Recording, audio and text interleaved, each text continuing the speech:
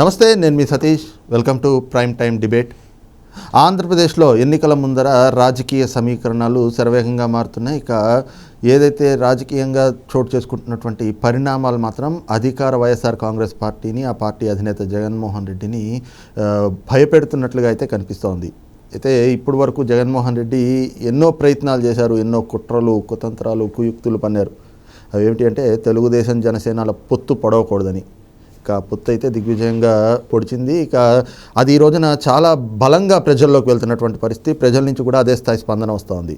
ఈ క్రమంలోనే ఈ కూటమిలో బీజేపీ కూడా చేరటం మరి మింగును పడని అంశంగా జగన్మోహన్ రెడ్డికి పరిణమిస్తోంది అనేటువంటి ఒక చర్చ కూడా ప్రస్తుతం ఏపీ రాజకీయ వర్గాల్లో జరుగుతోంది. మరి ఈ క్రమంలోనే వైసీపీ చేస్తున్నటువంటి దుష్ప్రచారాలు, తెలుగుదేశం జనసేనల కూటమిలోకి బీజేపీ రావటం, ఇవన్నీ కూడా రేపు రాబోతున్నటువంటి ఎన్నికలకి ఎలాంటి పరిణామాలకు దారితీసేటువంటి అవకాశం ఉంది అనేటువంటిదే ఈ రోజున మన ఈ డిబేట్లో పాల్గొంటూ ఉన్నారు సీనియర్ జర్నలిస్ట్ డివిఎస్ గారు, అలాగే సీనియర్ జర్నలిస్ట్ సత్యమూర్తి గారు. సార్ నమస్తే. నమస్తే అండి. సార్, డివిఎస్ గారు, ముఖ్యంగా ఈ రోజున ఏదైతే తెలుగుదేశం జనసేనల కూటమిలోకి భారతీయ జనతా పార్టీ రావటం, ఈ అంశానికి సంబంధించి చూస్తే మొదటి నుంచి వైసీపీ జగన్మోహన్ రెడ్డి వ్యవహారం చూస్తే చంద్రబాబు గారు ఢిల్లీ టూర్ అనగానే మరి ఇక్కడ వైసీపీ వాళ్ళ లొల్లి మొదలైపోతూ ఉంది.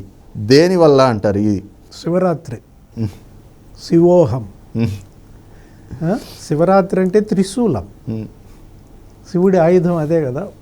3 ఉంటాయా అంచులు? త్రిశూలం అంటే బీజేపీ, జనసేన, తెలుగుదేశం.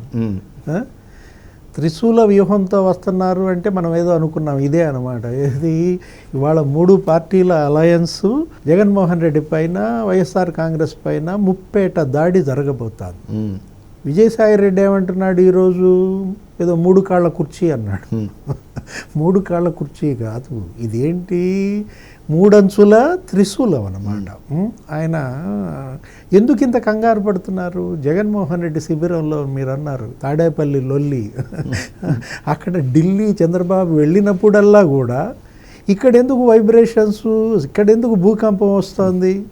ఇప్పుడు విజయసాయి రెడ్డి అన్న మాటలు ఈరోజు చూస్తే ఏం తేడా ఉంది? 2014 ఎపిసోడే కదా, అవే అబద్ధాలు, అవే మోసాలు అన్నట్టుగా ఏదో మాట్లాడాడు ఆయన.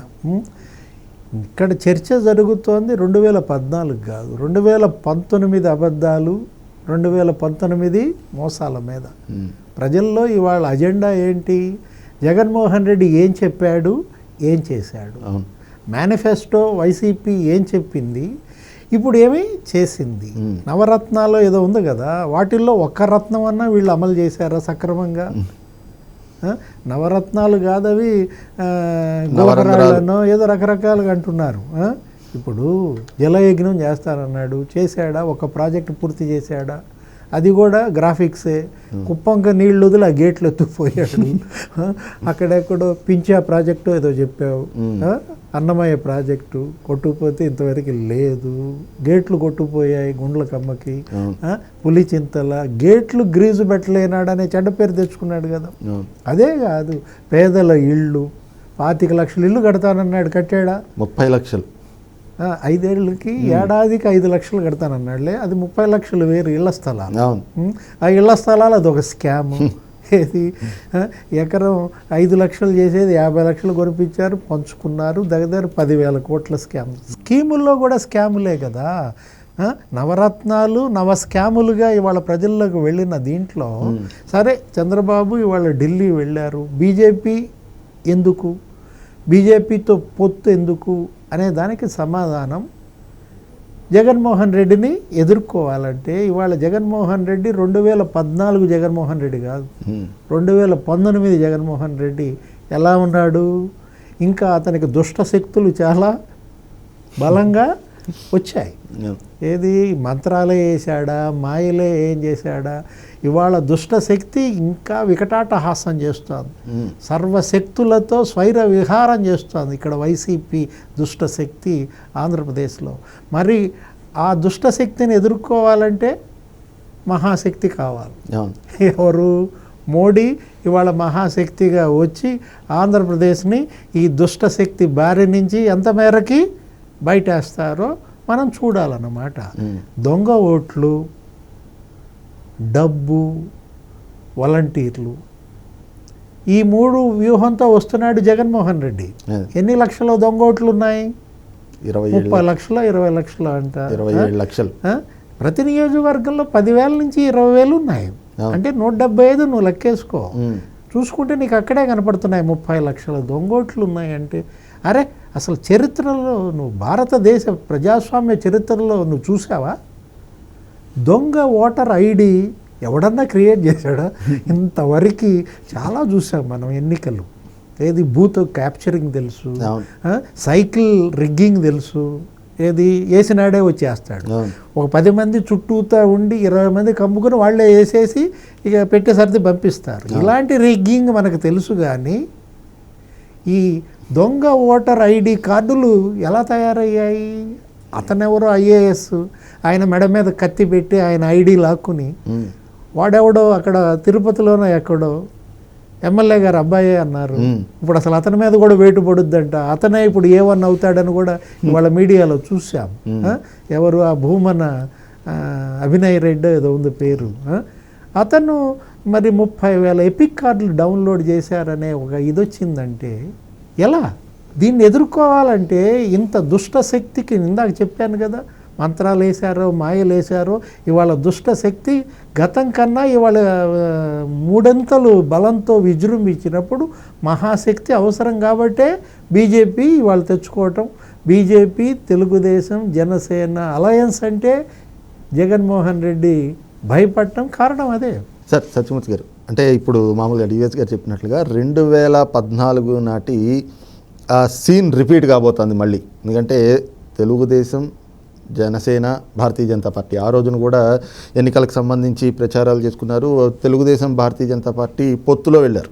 వాళ్ళకి మోరల్గా సపోర్ట్ చేసింది జనసేన. ఈ రోజున జనసేన కూడా నేరుగా ప్రత్యక్షంగా ఇక్కడ బరిలో దిగుతూ ఉన్నారు. కాబట్టి వాళ్ళు కూడా ఎన్నికల పోరులో ఉన్నారు. కాబట్టి ఇప్పుడు ఎలా ఉండేటువంటి అవకాశం ఉంది? అంటే మళ్ళీ ఒక కొత్త హిస్టరీ ఏమైనా క్రియేట్ అవ్వబోతా ఉందా?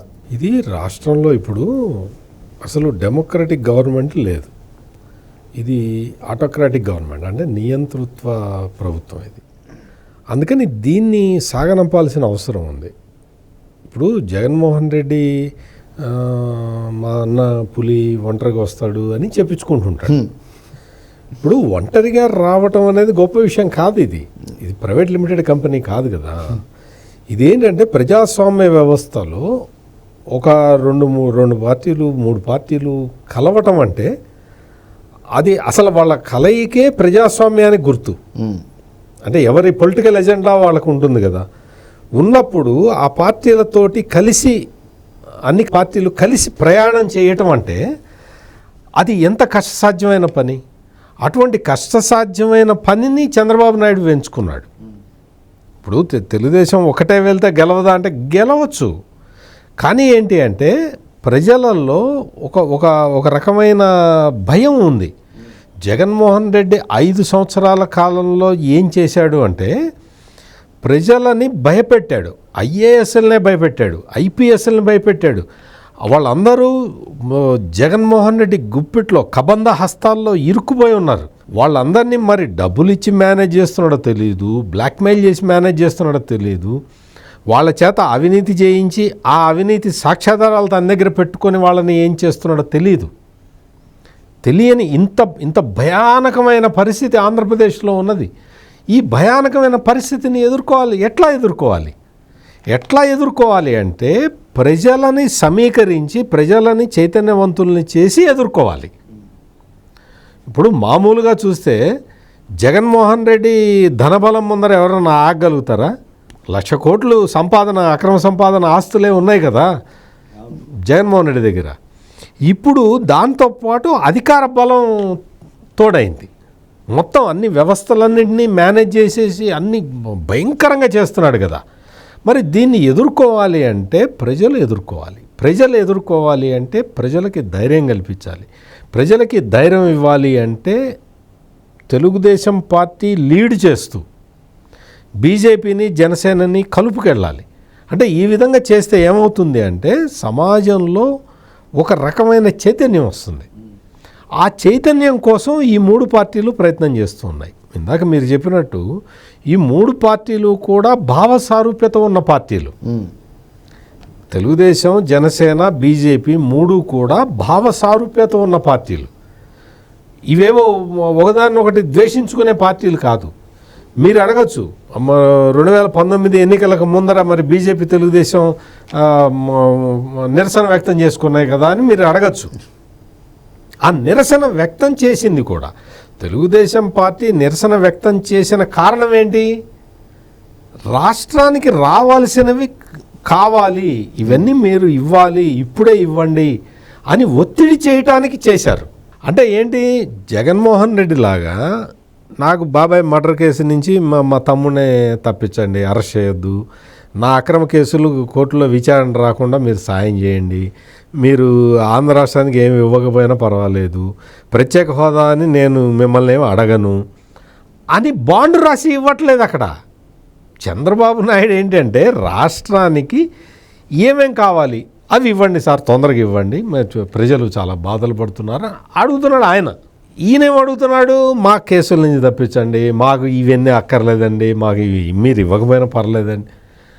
మీరు ఇవ్వకపోయినా పర్వాలేదు అన్నా కానీ నరేంద్ర మోడీ కొన్ని సంస్థల్ని ఆంధ్రప్రదేశ్కి ఇస్తున్నాడు. విభజన చట్టంలో కొన్ని ఉన్నాయి కదా, ఆ పొందుపరిచిన వాటిని నరేంద్ర మోడీ ప్రభుత్వం ఇస్తూనే ఉన్నది.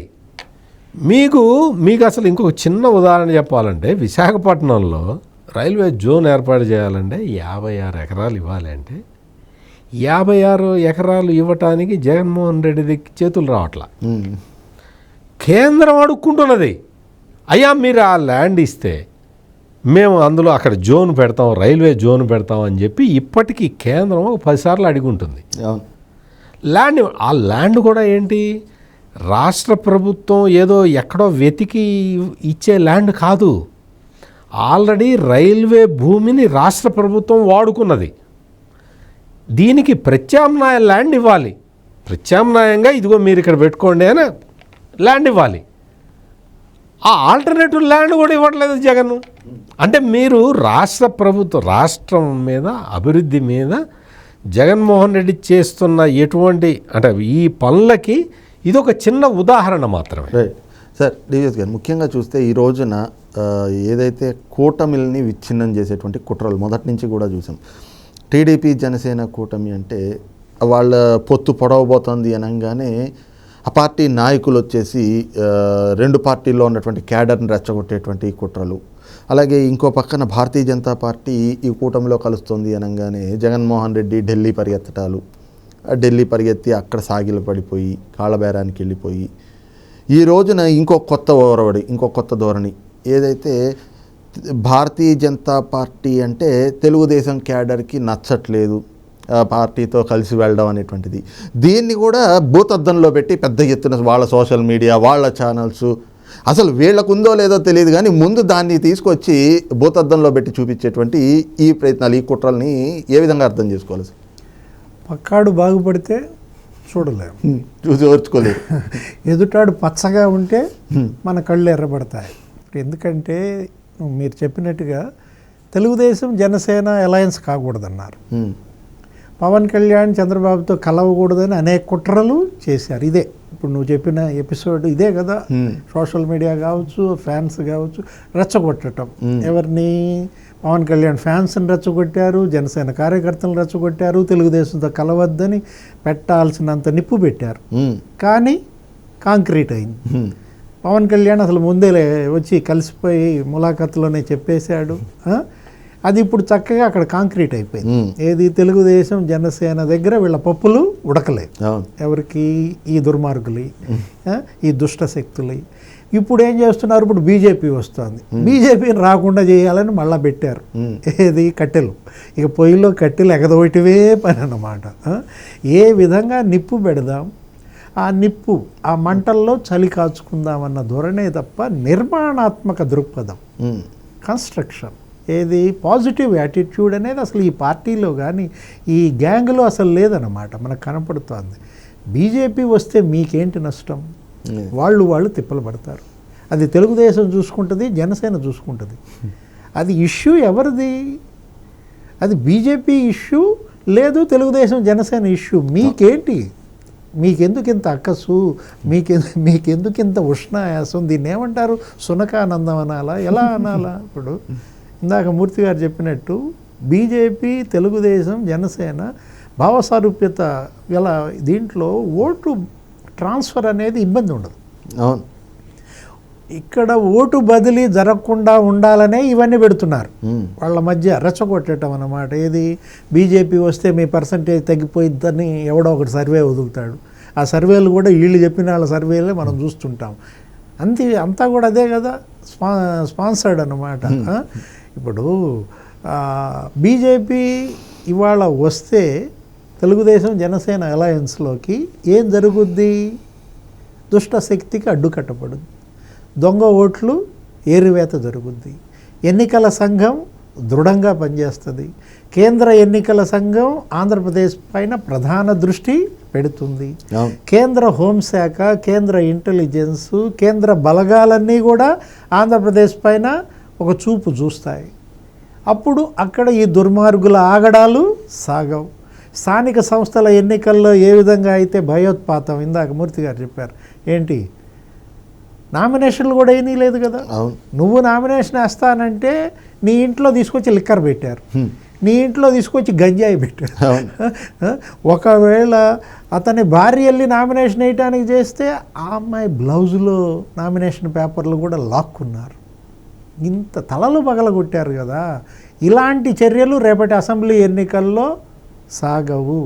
వీటన్నిటికీ అడ్డుకట్టబడుద్ది బీజేపీ కనుక వస్తే, కేంద్ర ప్రభుత్వం కనుక ఇక్కడ ఆంధ్రప్రదేశ్ పైన దృష్టి పెడితే.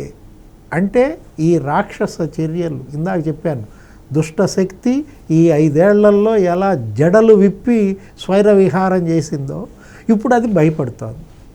ఏది, అక్కడ జగన్మాయకి మరి నమో మాయ వస్తుంది కదా, ఎక్కడ నమో మాయ ఈ జగన్మాయ పటాపంచలు చేస్తోందనే ఒక భయం ఇవాళ జగన్మోహన్ రెడ్డి శిబిరంలో, ఈ తాడేపల్లి ప్యాలెస్, వైఎస్ఆర్ కాంగ్రెస్ పార్టీలో కనపడుతోంది. సార్ సత్యమూర్తి గారు, ముఖ్యంగా చెప్పండి, అంటే ఇంత ఓకే, ఎంత లేదనుకున్నా కూడా భారతీయ జనతా పార్టీ ఈరోజు కలుస్తున్నప్పుడు ఏమైనా 1-2 అసంతృప్తితో ఎక్కడైనా ఒక చిన్న చితక ఉన్నా కూడా ఆ పార్టీలు చూసుకుంటాయి. ఎందుకంటే క్యాడర్ని పూర్తిగా సమాయత్తం చేసుకోవాల్సింది, ఎన్నికలకి మొత్తం రెడీ చేసుకోవాల్సింది, వాళ్ళకి నచ్చ చెప్పాల్సిన బాధ్యత అంతా కూడా వాళ్ళ మీద ఉంటుంది. కానీ దాన్ని తీసుకుని ప్రచారం చేస్తూ ఉండడం, అలాగే ఈ రోజున తెలుగుదేశం జనసేనల కూటమిలో భారతీయ జనతా పార్టీ కూడా వచ్చి చేరడం, ఇది జగన్మోహన్ రెడ్డికి ఏ విధమైనటువంటి భయాన్ని కల్పిస్తూ ఉంది అని భావించవచ్చు? ఇది అంటే మనం జగన్మోహన్ రెడ్డి క్యాడర్ దృష్టి నుంచే మనం చూడక్కర్లేదండి. ఇదేంటంటే భారతీయ జనతా పార్టీ దృష్టి నుంచి కూడా మనం ఇది చూడాలి. ఏంటి అంటే భారతీయ జనతా పార్టీ ఇప్పుడు మొత్తం దేశవ్యాప్తంగా, దేశంలో చాలా రాష్ట్రాల్లో ప్రాతినిధ్యం కలిగి ఉంది. రాబోయే ఎన్నికల్లో మొత్తం దేశంలోని అన్ని రాష్ట్రాల నుంచి తమకు ప్రాతినిధ్యం ఉండాలి లోక్సభలో అనే ఒక టార్గెట్ని పెట్టుకొని ఉన్నది భారతీయ జనతా పార్టీ. భారతీయ జనతా పార్టీ ప్రస్తుత పరిస్థితుల్లో ఆంధ్రప్రదేశ్లో అకౌంట్ ఓపెన్ చేయలేదు. అకౌంట్ ఓపెన్ చెయ్యాలి అంటే తెలుగుదేశం జనసేనతోటి కలిసి వెళ్ళాలి. అంటే వాళ్ళ లక్ష్యం ఏంటి? దేశంలోని అన్ని రాష్ట్రాలలో బీజేపీ ప్రతినిధులు ఉండాలి అనేది వాళ్ళ లక్ష్యం. అంటే మళ్ళీ అంటే మెజారిటీ సీట్లు సాధించటం అనేది ఒక పాయింట్ పెట్టుకున్నారు వాళ్ళు. 400 సీట్ల మీద టార్గెట్ పెట్టుకున్నారు. అందులో కూడా 400లో కూడా అన్ని ఉత్తరప్రదేశ్లో రావాలి, అన్ని బీహార్లో రావాలి అనేది కాదు. దేశం మొత్తం స్ప్రెడ్ కావాలి అనేది భారతీయ జనతా పార్టీ పెట్టుకున్న టార్గెట్. ఆ టార్గెట్కి అనుగుణంగా తెలుగుదేశం జనసేన కాంబినేషన్ తోటి బీజేపీ వస్తున్నది. అంటే బీజేపీ తన రాజకీయ సిద్ధాంతం కోసం తెలుగుదేశం పార్టీతో కలిసి వస్తున్నది. ఇప్పుడు తెలుగుదేశం పార్టీ ఎందుకు కలిసింది, తెలుగుదేశం పార్టీ ఎందుకు కలవాలి అనేది ఇప్పుడు డివిఎస్ గారు చాలా క్లియర్ కట్గా చెప్పారు.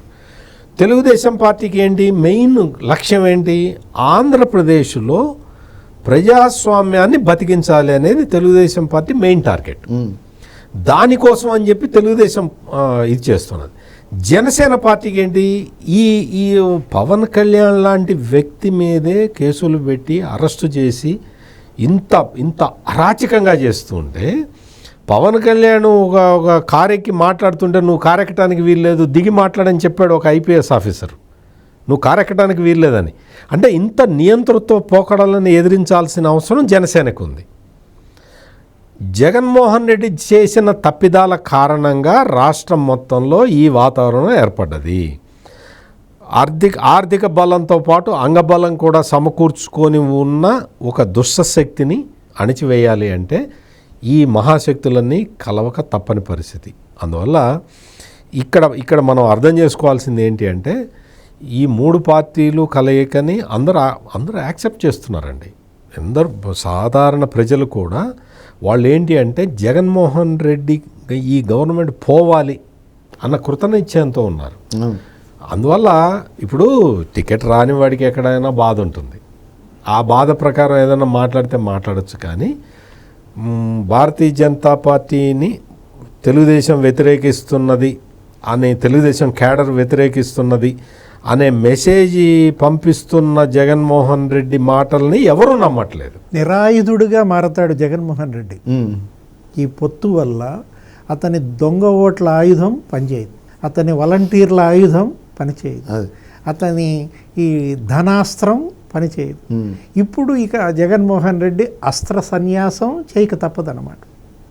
రైట్, ఇది చూస్తున్నాం కదా. ముఖ్యంగా ఏదైతే తెలుగుదేశం జనసేనల కూటమిలోకి భారతీయ జనతా పార్టీ రావటం, ఈ మైత్రిని అయితే కనుక ప్రజలందరూ కూడా స్వాగతిస్తూ ఉన్నారు. ఈ క్రమంలోనే ఈ మైత్రి ద్వారా జగన్మోహన్ రెడ్డి అయితే కనుక ఒక అస్త్ర సన్యాసం చేయాల్సినటువంటి పరిస్థితులు కూడా ఏర్పడబోతూ ఉన్నాయి. ఇక రానున్నటువంటి ఈ అసెంబ్లీ ఎన్నికల్లో జగన్మోహన్ రెడ్డి ఘోర పరాభవాన్ని కూడా చవి చూడబోతా ఉన్నాడు అన్నటువంటి అభిప్రాయాన్ని కూడా సీనియర్ జర్నలిస్ట్ డివిఎస్ గారు, అలాగే సీనియర్ జర్నలిస్ట్ సత్యమూర్తి గారు వ్యక్తం చేస్తూ ఉన్నారు. ఇది ఈ రోజు ఉన్నటువంటి డిబేట్. రేపు మరొక అంశంతో మళ్ళీ మేము ముందుకు వస్తాం. Thank you. నమస్తే.